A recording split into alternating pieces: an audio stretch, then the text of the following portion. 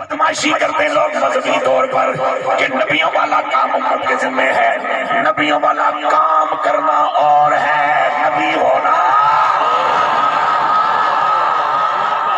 نبیوں والا کام کرنے والے کا کلمہ نہیں پڑھا جاتا،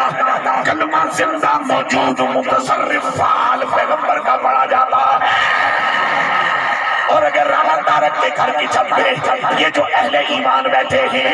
ان کو شریعت کی بولی میں امت کہا جاتا ہے، اور قرآن ان سے بات کرتے ہوئے کہتا ہے کنتم خیر امۃ، تو پھر مجھے اتنا بتا شاگرد استاد کے بغیر کیسے وجود میں آیا، مرید پیر کے بغیر کیسے وجود میں آیا، اولاد ماں باپ کے بغیر کیسے وجود میں آئی، امت نبی کے بغیر کیسے وجود میں آئی۔ کہنا کیا چاہ رہا ہوں، پیر پہلے مرید بعد میں، استاد پہلے شاگرد بعد میں، امی ابا پہلے پتر بھی بعد میں، پیغمبر پہلے ہوتا ہے اس کے صدقے امت وجود میں آتی ہے۔ کیا بات، سبحان اللہ حضور، بے شک۔ اور وہاں گن گن کے لکل قوم ہاد،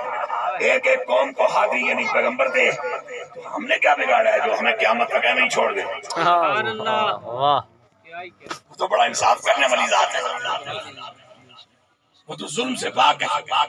زیادتی سے پاک ہے۔